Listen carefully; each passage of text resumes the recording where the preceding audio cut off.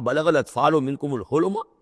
اور جب تمہارے بچے جو ہیں، جو لڑکے ہیں، وہ بھی بالغ ہو جائیں، انہیں سب سمجھ آ جائے، جو بھی معاملات ہیں دونوں شوق کے، فَلْيَسْتَأْذِنُوا كَمَا اسْتَأْذَنَ الَّذِينَ مِن قَبْلِهِمْ، تو پھر وہ بھی اذن لے کر اسی طرح داخل ہوا کریں جیسے کہ پہلا حکم آیا تھا کہ اذن لیے بغیر گھر میں داخل نہ ہو۔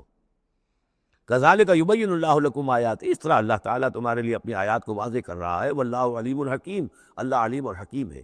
وَالْقَوَاعِدُ مِنَ النِّسَاءِ اللَّاتِي لَا يَرْجُونَ نِكَاحًا، اور وہ عورتیں تمہارے میں سے، تمہاری خواتین میں سے کہ جو اب بیٹھ رہی ہوں، یعنی لا یرجون نکاحًا، اب وہ نکاح کی امیدوار نہ ہوں، ایک خاص عمر سے گزر چکی ہیں، اب کوئی نکاح وغیرہ کرنے کا سوال نہیں ہے، بیوہ ہیں یا کچھ اور جو بھی معاملہ ہے، لیکن یہ کہ بہرحال اب معمر ہو چکی ہیں، فَلَيْسَ عَلَيْهِنَّ جُنَاحٌ أَن يَضَعْنَ ثِيَابَهُنَّ، تو ان کے اوپر کوئی حرج نہیں ہے کہ وہ جو اپنے اضافی کپڑے ہیں وہ اتار دیا کریں، یعنی بڑی چادر لے کر ہی نکلنا ان کے لیے وہ لازم نہیں ہوگا، یا اگر اپنے گھروں کے اندر بیٹھ کر وہ جو اوڑھنیاں ہیں ان کو مکل مارنے کی جو ان کی پابندی دوسری خواتین پر ہے، اس میں ان کے لیے در بھی ہو سکتی ہے، اس لیے کہ اب وہ اس عمر سے گزر چکی ہیں۔ والقواعد من النساء اللاتي لا يرجون نکاحا فليس عليهن جناح ان يضعن ثيابهن غیر متبرجات بزینہ، لیکن ان کی نیت یہ نہ ہو کہ وہ اپنی زینت کو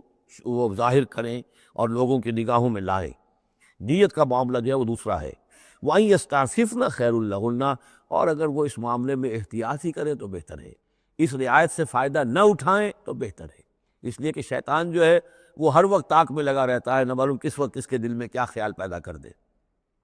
واللہ سمیع علیم، اور اللہ سب کچھ سننے والا اور جاننے والا ہے۔ لیس علی الاعمی حرج، اب چونکہ یہ جو احکام دیے جا رہے تھے تو اس معاشرے کے اندر ایسا بھی تھا کہ کسی خاندان کے ساتھ کچھ لوگ جو ہیں بیچارے، کوئی لنگڑا ہے، کوئی اندھا ہے، اپنے برادری کا ہے، اپنی رشتہ داروں میں سے، وہ بھی گھر میں رہ رہا ہے، وہ اپنی کوئی آزاد جو معاش اور آزاد جو ہے کوئی معاشرتی حیثیت کا اہل نہیں ہے، تو اب ان کے لیے کیا ہوگا؟ کیا یہ ساری پابندیاں جو ہے اسی طریقے سے ان کے اوپر بھی پوری طریقے سے عائد کی جائیں گی؟ تو ان کے ضمن میں کہا جا رہا ہے کہ وہ اگر تمہارے گھروں میں رہے تو کوئی حرج نہیں ہے۔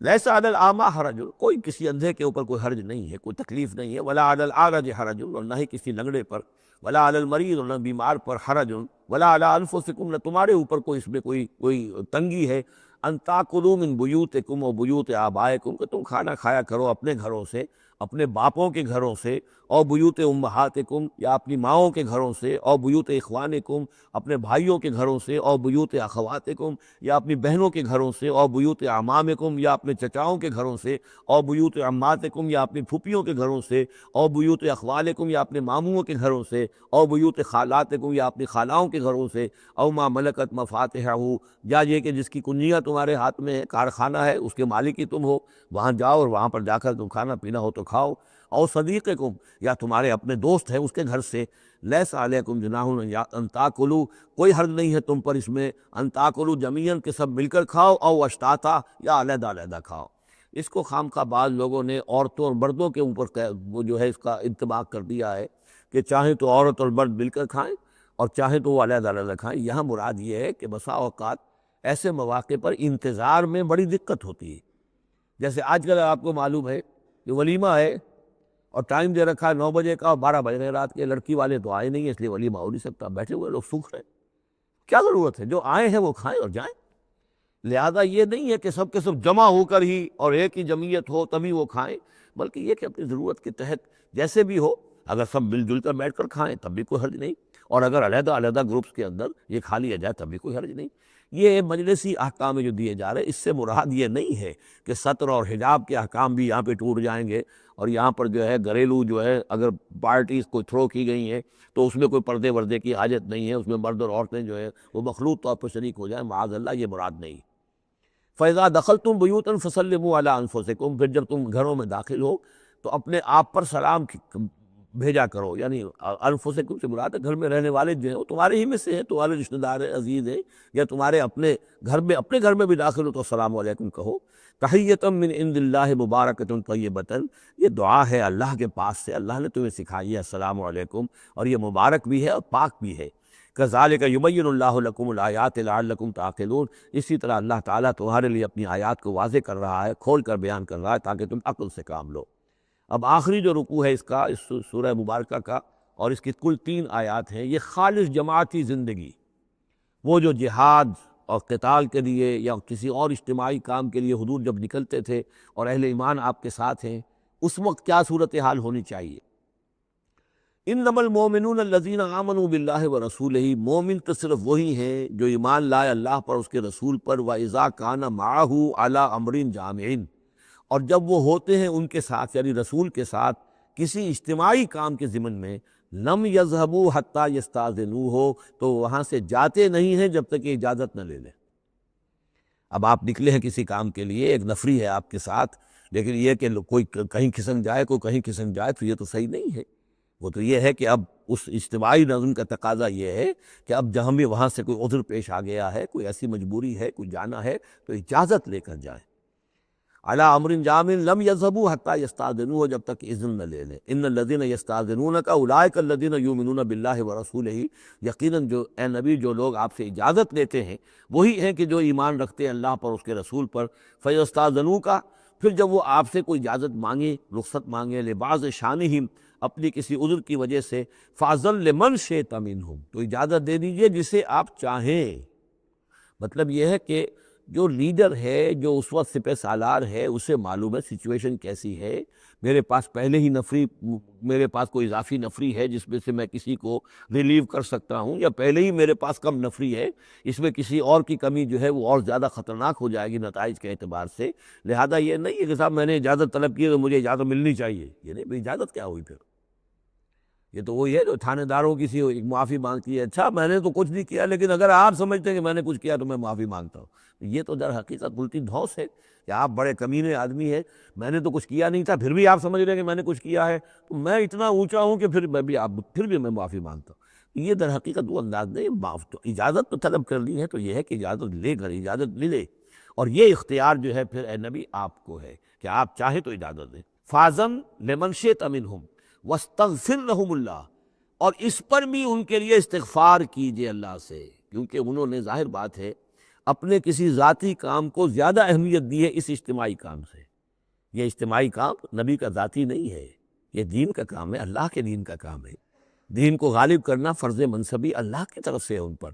لہذا اس کے لیے تم ان کے ساتھ نکلے ہو۔ لہذا یہاں پر جو ہے اب اگر تم نے اپنے ذاتی کام کو اس دین کے کام سے اہم تر سمجھا ہے تبھی تو یہاں سے رخصت لے کر جا رہے ہو۔ یہ خود ایک ہلکی بات ہے، گویا کہ تم نے دین کے کام کو کمتر سمجھا ہے اللہ کے کام اپنے کام سے، اور اس کو اہمیت زیادہ دی ہے۔ لہذا استغفار، اے نبی ان کے لیے استغفار کیجئے، واستغفر لہم اللہ، اور ان کے لیے استغفار کیجئے، ان اللہ غفور الرحیم، یقیناً اللہ تعالیٰ غفور الرحیم ہے۔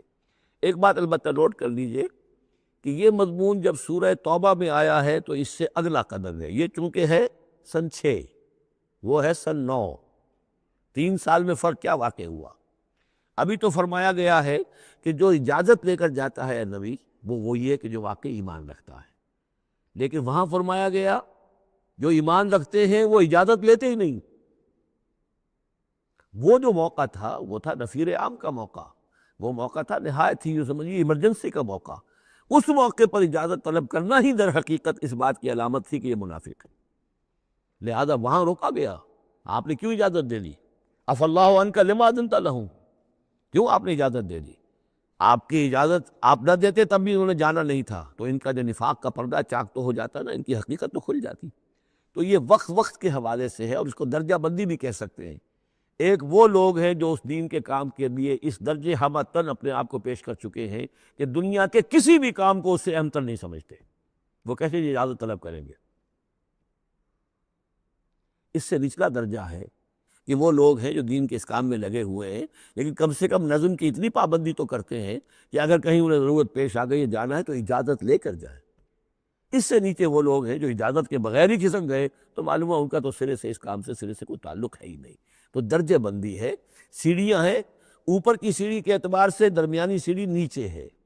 لیکن نیچے والی سیڑھی کے اعتبار سے درمیانی اونچی ہے۔ تو یہ ریلیٹیو معاملہ جو ہے رہے گا کہ ایک وہ لوگ ہیں جو سرے سے اس کا بھی خیال نہیں کرتے کہ اجازت لیں، اجتماع ہے، کوئی اس کی معذرت بھی نہیں کی ہے، نہ بعد میں کی ہے، نہ پہلے کہا ہے کہ میں نہیں آ سکتا، معلوم ہوا کہ انہیں کچھ طرح سے احساس ہی نہیں ہے کہ ہم کسی نظم کے پابند ہیں اور ہماری کوئی ذمہ داری ہے۔ اس سے بہتر کم سے کم وہ لوگ ہیں کہ جو اپنا عذر پیش کر دیتے ہیں، اجازت لے لیتے ہیں۔ لیکن اس سے بھی بہتر اونچا درجہ ہے کہ دنیا کے کسی بھی کام کو دین کے اس کام سے اہم تر مت سمجھو، اللہ تعالیٰ تمہارے کام سنوارے گا، اللہ تعالیٰ تمہاری ذمہ داری قبول کر لے گا، تم اللہ کے کام کے لیے نکلو۔ لا تجعلوا دعاء الرسول بینکم کدعاء بعضکم بعضا، تم یہ رسول کا بلانا اپنے مابین ایسے نہ سمجھ لو جیسے تمہارا آپس میں ایک دوسرے کو بلانا ہوتا ہے۔ بلانا یہ بھی ہے، آپ نے کسی کو دعوت دی، میرے گھر آئیے کھانا کھائیے، رسول نے دعوت دی، کیا یہ برابر ہو جائے گا معاملہ؟ لیکن ایک بلانا یہ ہے کہ رسول پکار رہا ہے تمہیں کہ آؤ اللہ کی راہ میں چلو میرے ساتھ، ایک یہ کہ کوئی عام آدمی آپ کو کہہ رہا بھائی میرا ایک کام ہے، ذرا میرے اس کام کے لیے تھوڑی دیر کے لیے آ جائیے، کچھ مجھے چاہیے، مدد چاہیے، تو زمین و آسمان کا فرق ہو گیا۔ اور تیسرے معنی اس کی یہ بھی ہے کہ دعا سے مراد یہ کہ مخاطب ہونے کا انداز، تم جس طرح ایک دوسرے سے بات کر لیا کرتے ہو ایسے رسول کے ساتھ بات نہ کر لیا کرو، ان کے مقام کو، ان کے ادب کو۔ یہ سورہ حجرات میں جا کر تفسیر سے ہی بات آئے گی، لا ترفعوا اصواتکم فوق صوت النبی ولا تجہروا لہ بالقول کجہر بعضکم لبعض ان تحبط اعمالکم۔ تو یہ تینوں مفہوم اس کے ہی۔ قد یعلم اللہ الذین یتسللون منکم لواذا، اللہ کو خوب معلوم ہے تم میں سے وہ لوگ جو اوٹ لے کر کھسک جاتے ہیں، یعنی کہیں نکلے تو ہیں، درج ہو گیا کہ یہ بھی جانے والوں میں ہے، کہیں دیکھا کہ کوئی دیکھ نہیں رہا کھسک گئے، یا اجتماع ہے بیٹھے ہوئے ہیں، وہیں پر اب بات آئی ہے کہ اب ایک مہم درپیش ہے، اب انہیں سمجھ میں آ گیا کہ اب نام مانگے جائیں گے، کون لوگ اس کے لیے اپنے آپ کو والنٹیئر کرتے ہیں، تو اس سے پہلے کہ وہ مرحلہ آئے وہ وہاں سے کھسک جائیں۔ یتسللون منکم، جو سٹک جاتے ہیں، کھسک جاتے ہیں، آنکھ بچا کر لواذا فلیحذر الذین یخالفون عن امرہ، تو انہیں ڈرنا چاہیے کہ جو رسول کے معاملے میں، رسول کے بات کی مخالفت کرتے ہیں، ان تصیبہم فتنۃ، کہ ان پر کوئی عذاب اللہ کی طرف سے آ جائے، وہ پکڑ آ جائے، کوئی بہت بڑی آزمائش آ جائے، اور یصیبہم عذاب علیم، یا ان کے اوپر کوئی بہت بڑا دردناک عذاب آ جائے۔ الا ان للہ ما فی السماوات والارض، آگاہ ہو جاؤ، یقیناً اللہ ہی کے لیے ہے جو بھی کچھ ہے تمام آسمانوں میں اور جو بھی کچھ ہے زمین میں۔ قد یعلم ما انتم علیہ، اللہ خوب جانتا ہے کہ تم کس مقام پر کھڑے ہو، تمہاری حیثیت کیا ہے، حقیقت کیا ہے، ایمان کتنا ہے، کتنے پانی میں ہو، تمہارے اعمال کیسے ہیں، ما انتم علیہ، جس حال میں تم ہو اللہ خوب جانتا ہے۔ ویوم یرجعون الیہ، اور جس دن کہ وہ لوٹائے جائیں گے اللہ کی طرف، فینبئہم بما عملوا، تو اللہ تعالیٰ ان کو جتلا دے گا جو کچھ کے عمل انہوں نے کیے ہوں گے۔ واللہ بکل شیء علیم، اور اللہ ہر چیز کا علم رکھنے والا ہے۔ یہاں تیسرا گروپ جو ہے مکی اور مدنی صورتوں کا وہ ختم ہو گیا۔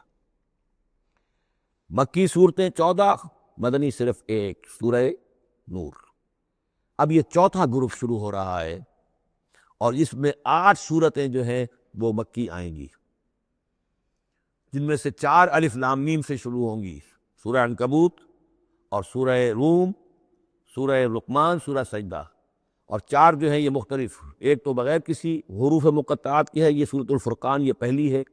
اور پھر 3 جو ہیں ان کے اندر مختلف جو ہیں آئیں گی حروف مقطعات۔ یہاں سے وہ گروپ اب شروع ہو رہے ہیں کہ جن کا مرکزی مضمون توحید ہے، اس لیے کہ اگرچہ ویسے یہ چوتھا گروپ شروع ہو رہا ہے، لیکن چونکہ مکی صورتوں کا تو یہ تیسرا ہی گروپ ہے۔ مکی پہلی صورت، پہلے گروپ کے اندر صرف سورہ فاتحہ ہے، وہ ویسے بھی مکی مدنی کی تقسیم سے بلند تر ہے، تو گویا کہ 2 جو پہلے گروپ آئے، جن میں سے پہلے میں صرف 2 مکی صورتیں تھیں، الانعام، الاعراف، دوسرے میں یہ 14 سورہ یونس سے لے کر مومنون تک، بلکہ ہاں مکی صورتیں۔ اب یہ تیسرا گروپ ہے سورۃ الفرقان سے لے کر اور سورہ سجدہ تک، یہ 8 صورتیں ہیں۔ اس کے بعد مدنی صورت آئے گی سورہ احزاب، اور سورہ احزاب مانوی اعتبار سے جوڑا ہے سورہ نور کا۔ بسم اللہ الرحمن الرحیم، تبارک الذی نزل الفرقان علی عبدہ لیکون للعالمین نذیرا۔ بڑی بابرکت ہے وہ ہستی جس نے کہ الفرقان نازل فرمایا اپنے بندے پر۔ یہ تیسری صورت ہے کہ جس کی مطلع میں پہلی آیت میں حضور کا جو تذکرہ ہے وہ عبد کی نسبت سے ہے۔ سورہ بنی اسرائیل، سبحان الذی اسریٰ بعبدہ لیلا من المسجد الحرام الی المسجد الاقصی۔ سورہ کہف، الحمد للہ الذی انزل علی عبدہ الکتاب، اور یہاں پر اب یہ تیسری صورت ہے، تبارک الذی نزل الفرقان علی عبدہ لیکون للعالمین نذیرا، تاکہ ہو جائیں تمام جہان والوں کے لیے خبردار۔ اس قرآن کے ذریعے سے محمد رسول اللہ کی رسالت ہے جو تا قیامت جاری رہے گی۔ جس کو بھی قرآن پہنچ گیا،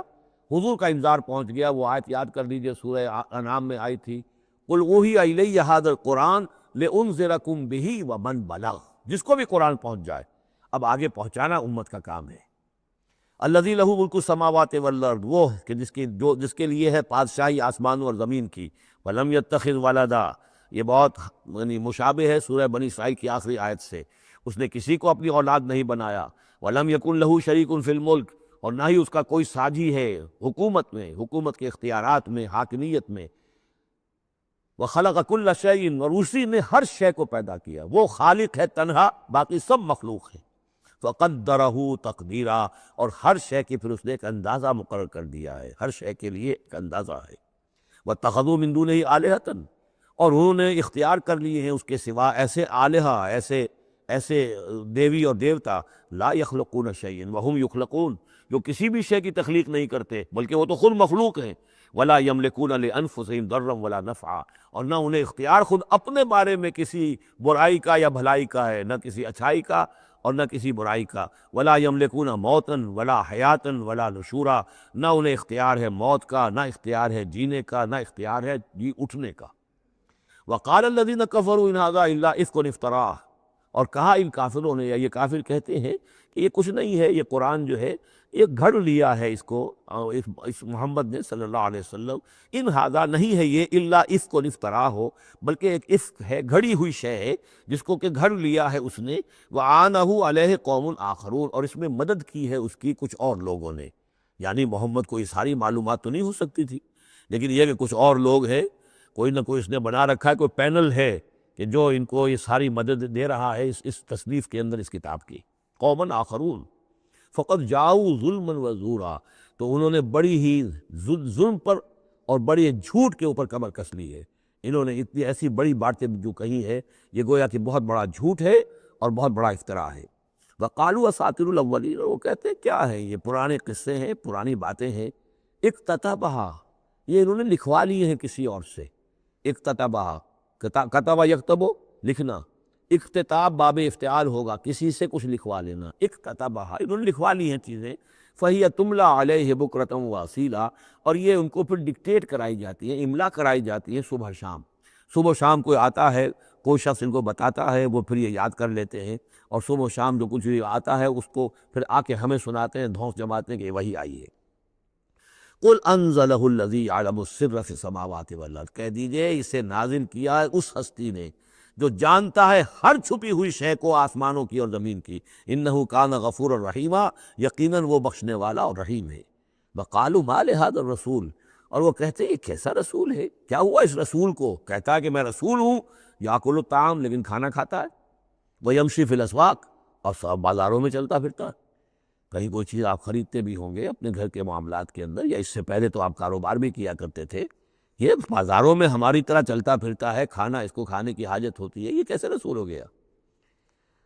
لولا انزل الیہ ملک، کیوں نہیں کوئی بھیجا گیا ان کی طرح کوئی فرشتہ ہوتا، اڑتا ہوا پروں کے ساتھ وہ نیچے آتا ان کے پاس اور وہ کہتا یہ اللہ کے رسول ہیں، فیکون معہ ظہیرا نذیرا، اور وہ ان کے ساتھ ہوتا، آگے آگے چلتا ان کے، ہٹو بچو جیسے چلتے ہیں یہ اللہ کے رسول آ رہے ہیں، اور وہ خبردار کرتا ہے لوگوں کو ان کے ساتھ مل کر، اور یلقی الیہ کنز، یہ وہی باتیں جو سورہ بنی اسرائیل میں آ چکی ہیں، یا ان کو دے دیا گیا ہوتا، ان پر ڈال دیا گیا ہوتا، آسمان سے گر پڑتا ان پر ایک خزانہ، او تکون لک جنت یاکل منہا، یا پھر ان کے لیے ایک باغ بنا دیا جاتا ہے یہاں اس مکے کی سرزمین میں، وادی غیر ذی زرع میں، جس سے یہ بفراغت کھاتے اطمینان سے، ان میں سے میوے ان کو ملتے۔ وقال الظالمون ان تتبعون الا رجلا مسحورا، اور کہا ان ظالموں نے کہ تم لوگ نہیں پیروی کر رہے ہو، نہیں ان کی باتوں پر دھیان دے رہے ہو، ان لوگ کہ جو ہیں صرف ایک سحر زدہ شخص ہے، ان پر تو کچھ جادو ہو گیا ہے، یا کوئی آسیب ان پر آ گیا ہے، تاکہ ان کو یہ نظر آتا ہے کہ کوئی آیا ہے فرشتہ، حقیقت میں کوئی نہیں ہوتا، یہ سحر زدہ شخص ہے۔ انظر کیف ضربوا لک الامثال، اے نبی دیکھیے یہ کیسی مثالیں آپ کے لیے بیان کر رہے ہیں، فضلوا، تو وہ بھٹک گئے ہیں، گمراہ ہو گئے ہیں، فلا یستطیعون سبیلا، اور اب ان کے لیے ممکن نہیں ہے کہ سیدھے راستے پر آئیں، اس لیے کہ اب یہ اس پر اڑ جائیں گے، ضد کریں گے۔ یہ میں آپ کو بتا چکا ہوں، یہ جو دو گروپ ہمارے ہیں جو ہم پڑھ رہے ہیں، جن میں سے یہ پہلا گروپ ہے جس کی پہلی صورت ہے، یہ درمیانی 4 سالوں کی صورتیں ہیں، 12 برس ہیں مکی دور کے۔ پہلے 4 سال کی صورتیں بالعموم وہ ہیں جو سورہ قاف سے آگے ہیں، 2 گروپ ہیں وہ آخر میں، منزل 1 ہے، سورہ قاف سے آگے منزل 1 ہے، گروپ 2 ہیں مکی مدنی صورتوں کے، وہ ہیں جو ابتدائی 4 سال کے ہیں۔ یہ 2 ہیں کہ جو درمیانی 4 سالوں کے، جو ہم پڑھ چکے ہیں 16 صورتیں، 2 انعام و اعراف اور 14 سورہ یونس سے لے کر مومنون تک، یہ ہے آخری 4 سالوں کی، تو یہ درمیانی 4 سال ہے۔ تبارک الذی ان شاء جعل لک خیرا من ذلک، بڑی بابرکت ہے وہ ہستی ہے نبی، اگر وہ چاہے تو جو چیزیں یہ کہہ رہے ہیں اس سے کہیں زیادہ بہتر چیزیں آپ کے لیے ابھی فراہم کر دی جائیں۔ یہ تو بڑا زور لگا لگا کر کچھ چیزیں کہہ رہے ہیں، ہم ان سے کہیں زیادہ بہتر چیزیں آنے واحد میں آپ کے لیے پیدا کر سکتے ہیں۔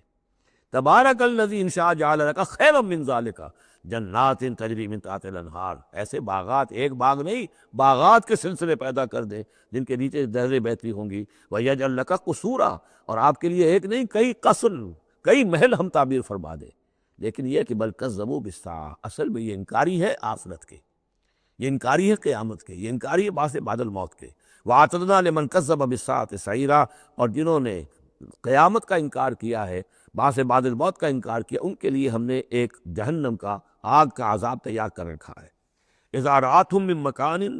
بعید، جب وہ جہنم دیکھے گی ان کو کہ یہ میرے شکار آ رہے ہیں، اب یہ آ رہے ہیں کہ جن کو میرے اندر جھونکا جائے گا، دور سے وہ دیکھے گی کہ آ رہے ہیں، سمعوا لها تغیظا وزفیرا، تو وہ سنیں گے اس کی آواز کہ جیسے بھوکا شیر داڑ رہا ہو، جھنجھلائے گی اور چلائے گی کہ جلد از جلد انہیں میرے اندر جھونک دیا جائے۔ وَإِذَا أُلْقُوا مِنْهَا مَكَانًا ضَيِّقًا، اور جب وہ پھینک دیے جائیں گے اس میں ایک بڑے تنگ مکان میں، تنگ جگہ میں، مقرنین، اور وہ زنجیروں میں جکڑے ہوئے ہوں گے، دعوا هُنَالِكَ ثُبُورًا، اس وقت پھر وہ موت کی دعا کریں گے، ہائے موت آ جائے کسی طرح، ہم نسیہ منسیہ کر دیے جائیں، ہمارا یہ زندگی کا سلسلہ جو ہے شعور ختم ہو جائے۔ لا تدعوا اليوم ثبورا واحدا، تب کہا جائے گا اب آج ایک موت نہ مانگو، وادعوا ثبورا کثیرا، بہت سی موتیں مانگو۔